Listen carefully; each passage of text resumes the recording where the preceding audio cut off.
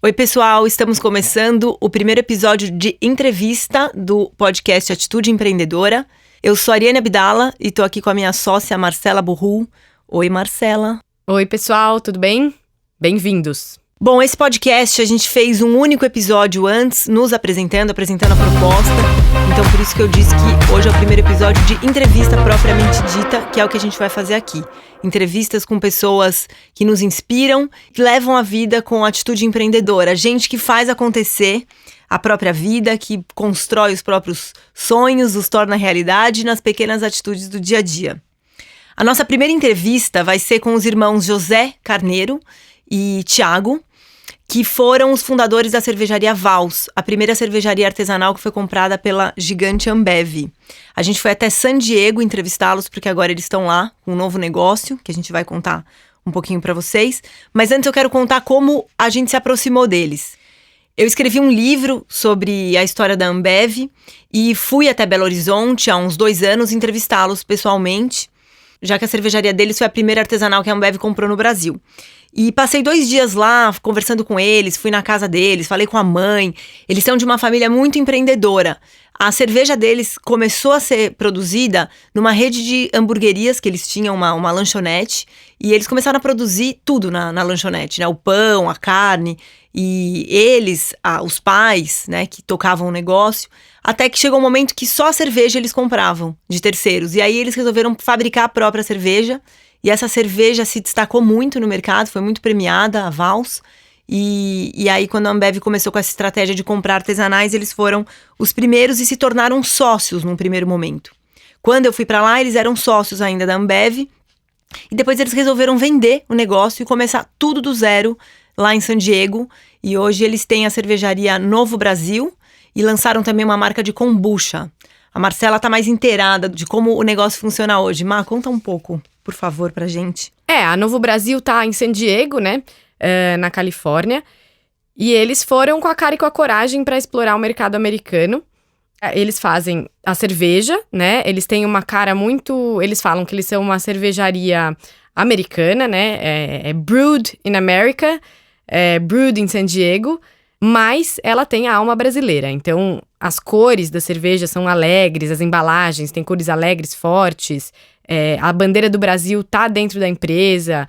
Eles não escondem que eles são brasileiros e que tem essa alma em tudo que eles fazem, mas é uma cervejaria que foi para conquistar o mercado dos Estados Unidos, uma cervejaria e produtora de bebidas que foi para conquistar o mercado americano, o gosto americano e os consumidores americanos. Então, é um negócio muito legal que eles estão fazendo lá.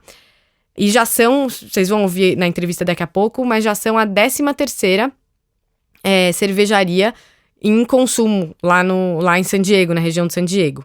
E eu vou contar, antes de colocar a entrevista para rodar, que a gente já fez, né, a entrevista, ela já tá gravada, mas a gente quer compartilhar com vocês um pouco o que a gente achou mais, os pontos mais altos dessa entrevista, o que mais se encaixa nesse conceito de atitude empreendedora, na nossa opinião. Então, com o Zé Felipe e com o Thiago, o que chamou muito a nossa atenção foi as características fortes que eles destacaram dos brasileiros empreendendo nos Estados Unidos. Então isso foi às vezes é quando a gente está aqui no Brasil e a gente é muito crítico consigo mesmo, e eles que se afastaram e olham, claro que continuam com um olhar crítico do que a gente pode melhorar, mas eles valorizam hoje várias características que quando eles estavam aqui eles não davam tanto valor. Eles são a primeira cervejaria brasileira nos Estados Unidos, segundo eles próprios. Se tiver algum outro, manifeste-se, por favor. O que mais, Má, que a gente destaca? Olha, é muito interessante a capacidade deles de se virar nos 30, né? De pegar o problema quando ele aparece, ter jogo de cintura para resolver. Também eles vão contar alguns casos durante a entrevista. O pensamento ambicioso também eu destacaria, porque eles foram, apesar de hoje eles terem só uma unidade física em San Diego, eles querem ir pro mundo, eles não querem ser uma cervejaria local em San Diego, eles querem ter o produto deles no mundo inteiro, se possível. E ouvindo você falar isso, eu lembro do jeito deles, a energia que eles têm, contagiante, contando esses planos futuros de conquistar o mundo.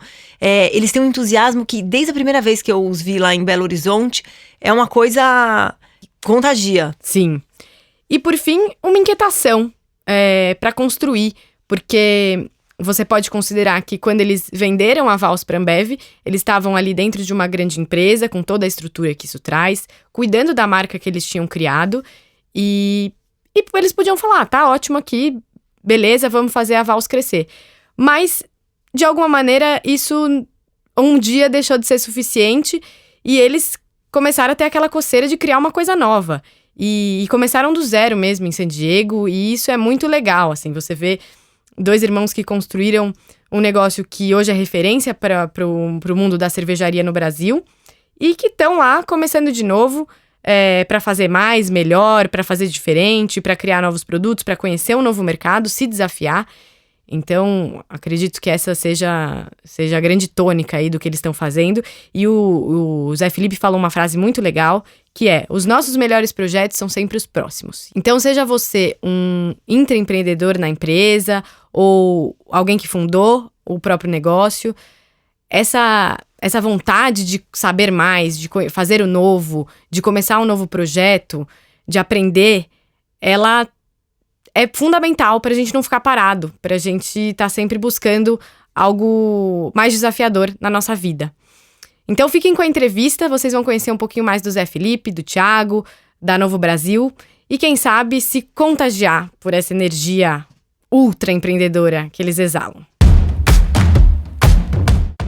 Então estamos aqui com o Zé Felipe e Thiago, que estão em San Diego com a Novo Brasil, fazendo a nova kombucha, fazendo cerveja artesanal. Eles já são ficamos sabendo, 13ª cerveja artesanal mais consumida, é isso? Qual que é o parâmetro? A 13ª mais vendida, e é uma das que mais cresce aqui em San Diego, que tem mais de 300 microcervejarias. E única de brasileiros. E a única de brasileiros. Nos Estados Unidos inteiro, né? Nossa, sensacional. Então, fazendo cerveja, kombucha e uns fermentados de frutas que nós acabamos de experimentar, estão ótimos. A kombucha, para quem nunca tomou, é uma bebida fermentada feita a partir de chá. O resultado é quase um refresco bem gostoso que pode ter vários sabores. A bebida tá na moda, ela é servida como uma alternativa aos refrigerantes. Então, se você nunca experimentou kombucha, tá aqui uma ótima oportunidade para você conhecer. E vem muita coisa boa por aí ainda? Com certeza. Um dos motivos que a gente... Bom, primeiro, por que San Diego, né? Muita gente pergunta pra gente. San Diego é conhecido como a meca da cervejaria artesanal nos Estados Unidos, onde saíram várias empresas muito inovadoras, tá? Do mercado de cerveja.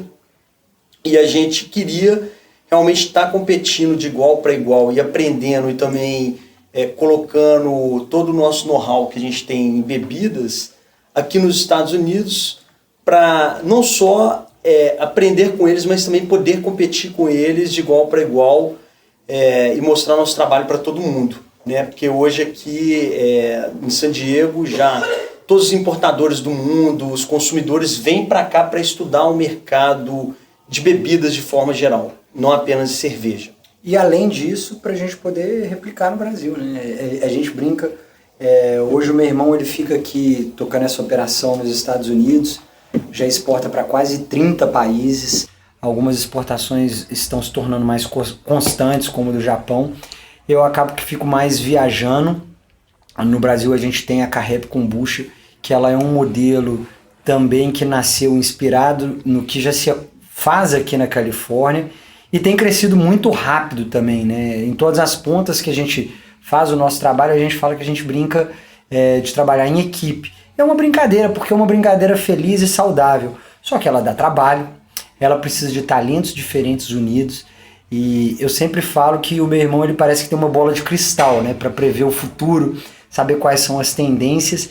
E acaba que na nossa família a gente se divide de uma maneira onde o meu pai e minha mãe, eles são o motor do dia a dia de muitas coisas da operação no Brasil. Eu acabo que eu sou a voz, né, de muitas coisas que o meu irmão faz, meus pais fazem, e eu acabo contando a história do jeito que a gente faz de uma maneira mais amplificada. Só pra deixar claro que quem tava falando agora é o Zé Felipe e quem começou foi o Thiago, porque a gente apresentou no geral e agora você falando isso. E a voz é muito parecida e o jeito de falar também um do outro. Quando a gente posta às vezes alguma coisa na internet, as pessoas falam, pô, mas vocês são tão parecidos, o jeito de falar, os trejeitos. E até a gente se confunde, né? Tem hora que eu ouço o áudio do meu irmão falando, pô, mas sou eu que mandei esse áudio. E ele vice-versa, né, Ti? Quando a gente manda o grupo de família nossa, às vezes até eu fico com dúvida, eu não falei isso, não é o Zé falando, né? É realmente muito parecido. Mas é isso, e a gente está aqui batendo a cabeça, aprendendo muita coisa e empreendendo de uma forma muito brasileira aqui e com muito orgulho, estampando isso em todos os nossos rótulos e produtos aqui. A gente deixa claro que é uma cervejaria, que a empresa é uma empresa americana, mas fundada por brasileiros e inspirada no Brasil. Né, isso é muito legal, você estava até comentando com a gente, o que você vê, assim, que o brasileiro, hoje você vê até o Brasil com melhores olhos. Sim. Do que antes, não que você já não amasse o Brasil, né? Mas assim, o que hoje você consegue reconhecer como as grandes forças do brasileiro empreendedor, especificamente nos Estados Unidos? Olha, um negócio que eu vim pra cá, que a gente tem aquela visão que os Estados Unidos é um país perfeito, né? Que são as melhores pessoas, é tudo muito organizado, que as empresas são extremamente enxutas.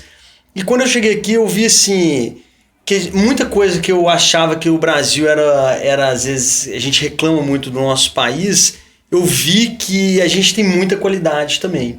Então, assim, um dos maiores diferenciais que eu vejo hoje, que eu falo assim, um ponto forte, né, do empreendedor brasileiro, é essa coisa da adaptabilidade, né?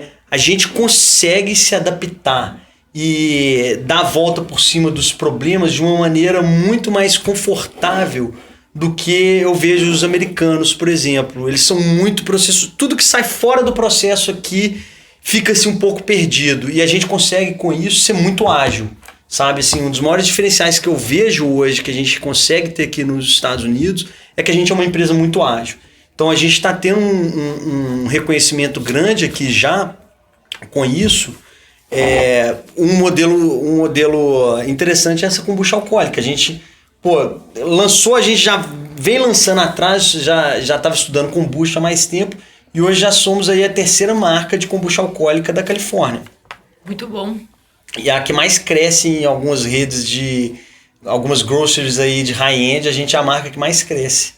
Agora vocês imaginem o seguinte, eu que vivo viajando para lá e para cá, na hora que eu chego aqui na Califórnia, vejo mais de 1.000 pontos de venda com o nosso produto, praticamente o orgulho que não dá, não só de ser brasileiro, como ter um irmão e uma família tão empreendedora. Porque às vezes as pessoas têm a dificuldade de achar que empreender é você fazer um planejamento de negócio daquele tamanho do mundo, um PowerPoint que ele é meticuloso e etc.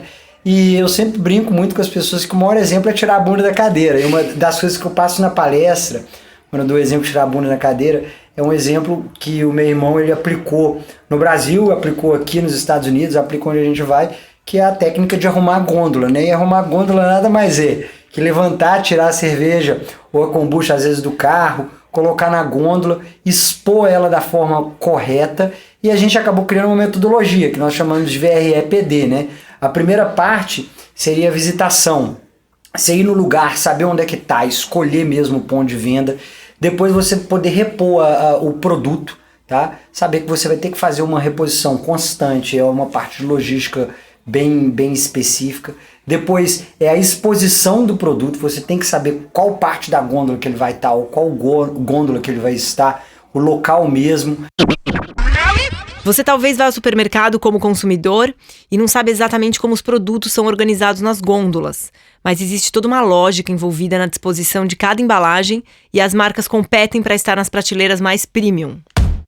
Depois a precificação, porque não adianta você pôr um preço errado. O muito caro não vende, o muito barato não te dá oportunidades de ter lucratividade, tá?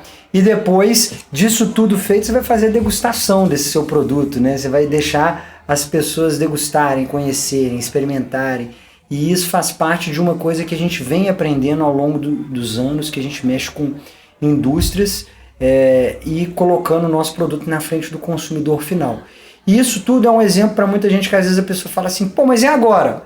Eu criei uma marca super legal, o que eu faço? Vai vender.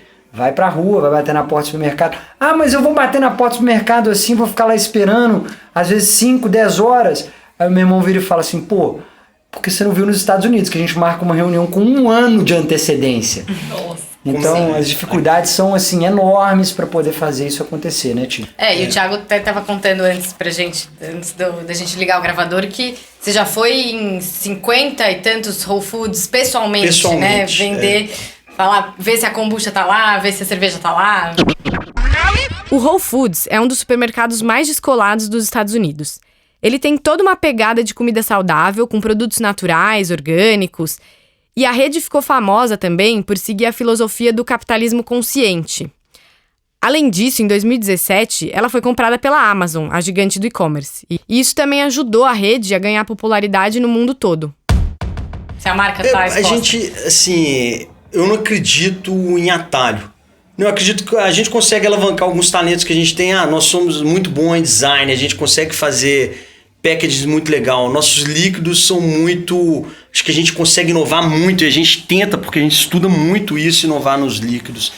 Mas assim, eu ainda sou daquele modelo tradicional que eu acredito que você tem que visitar o mercado, não tem como, não tem muito atalho, né? E eu acho que isso é um diferencial muito grande que a gente tem aqui com o nosso time, que hoje é formado por pessoas de vários países, é dessa força de vontade, desse trabalho de realmente ir por campo, tá?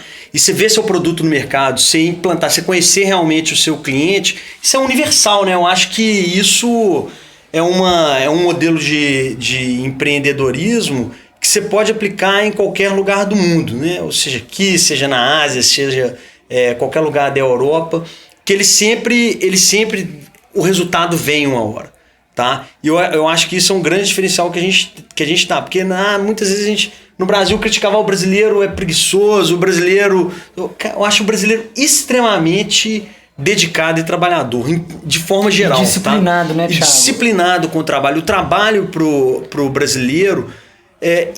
de novo, quando eu vim pra cá, eu vim com uma visão, às vezes, do Brasil, como a gente tá lá naquele calor do Brasil, né? Você critica muita coisa. E assim, eu sinto falta da mão de obra brasileira aqui. Eu acho que o brasileiro é muito trabalhador.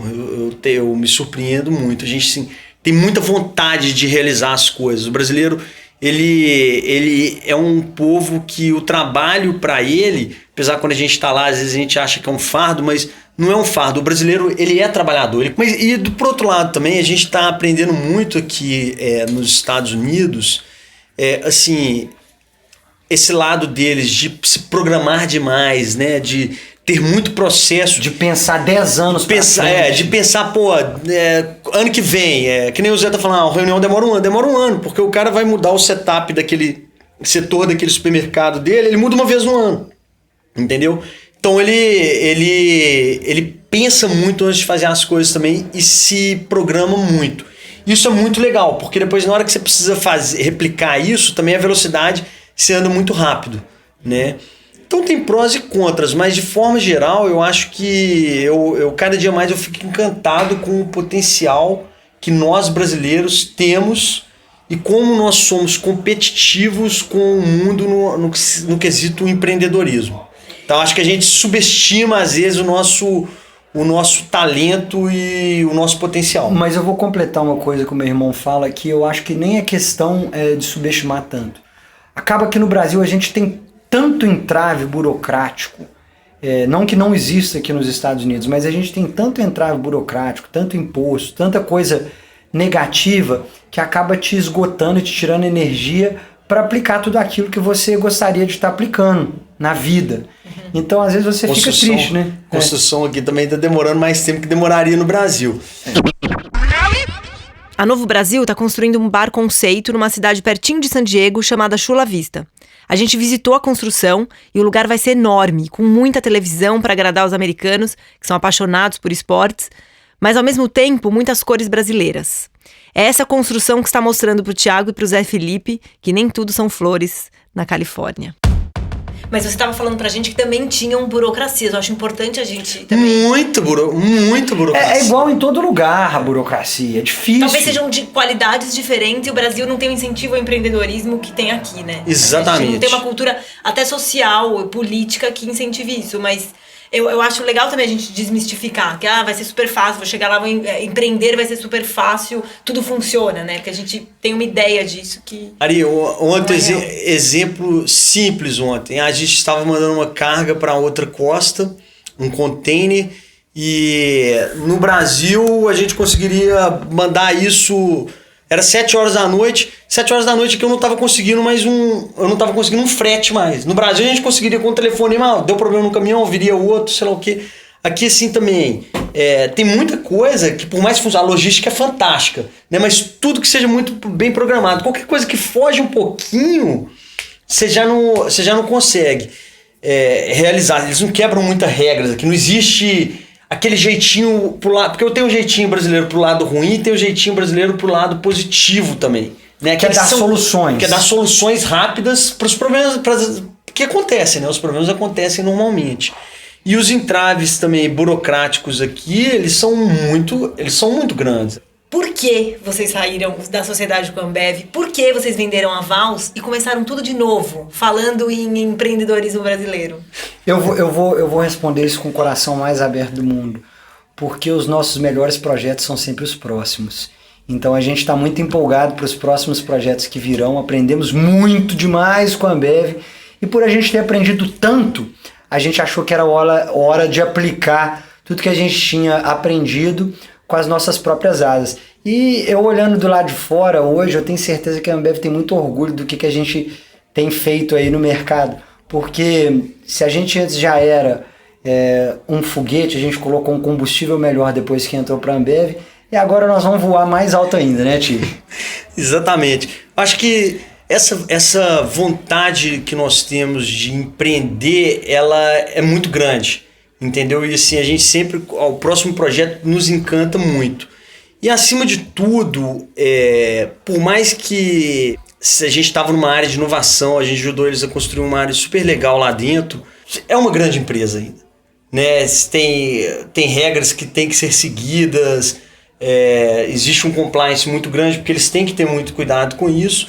E a gente viu que assim, a gente consegue produzir muito... do nosso jeito quando a gente está 100% liberado também. Por exemplo, um exemplo bem simples. Anteontem, a gente chegou com um líquido que a gente já vem estudando há muito tempo, feito à base de hemp, né?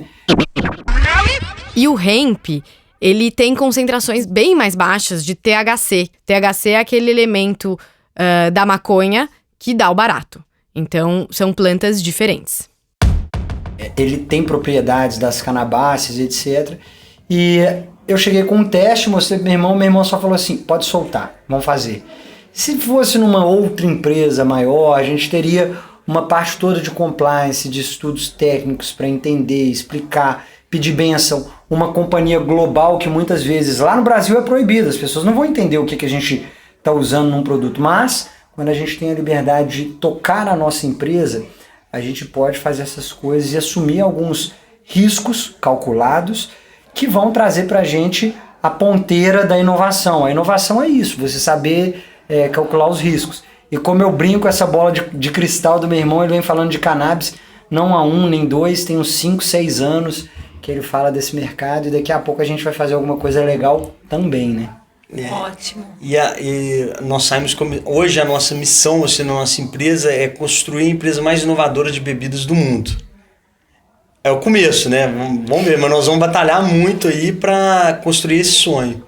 Hoje é o nosso objetivo. Nós viemos para a América, temos certeza que a gente tomou a decisão certa, a gente está no lugar certo. A Califórnia é super reconhecida, né, por mas continuamos no Brasil, né, Ti? E continuamos, não só continuamos no Brasil, como hoje... Continuamos investindo no Brasil e a gente tem a maior fábrica de kombucha do Brasil já, que é a Carrep. América Latina, né? Na América Latina, super inovador também. Carrep é a marca de kombucha que o Thiago e o Zé Felipe lançaram no Brasil. Eles vendem um produto por aqui com a promessa de ter antioxidantes e probióticos que regulam o sistema digestivo. Essa foi a entrevista com o Thiago e com o Zé Felipe Carneiro, fundadores da Novo Brasil. E aí, Ariane, você se divertiu? Muito. Aqui eu me divirto sempre, ainda mais com esses meninos cheios de histórias maravilhosas e energia. E se você tem alguma sugestão de próximos entrevistados, gente legal com quem a gente pode conversar, por favor, mande mensagem. Você encontra a gente nas redes sociais, no Instagram, @ateliê de conteúdo, no LinkedIn, no Facebook e no nosso site tem os nossos e-mails no ateliêdeconteúdo.com.br. Conta também o que você achou dessa entrevista e o que mais a gente pode perguntar para os próximos entrevistados. Até mais, pessoal. Até o próximo episódio. Até mais!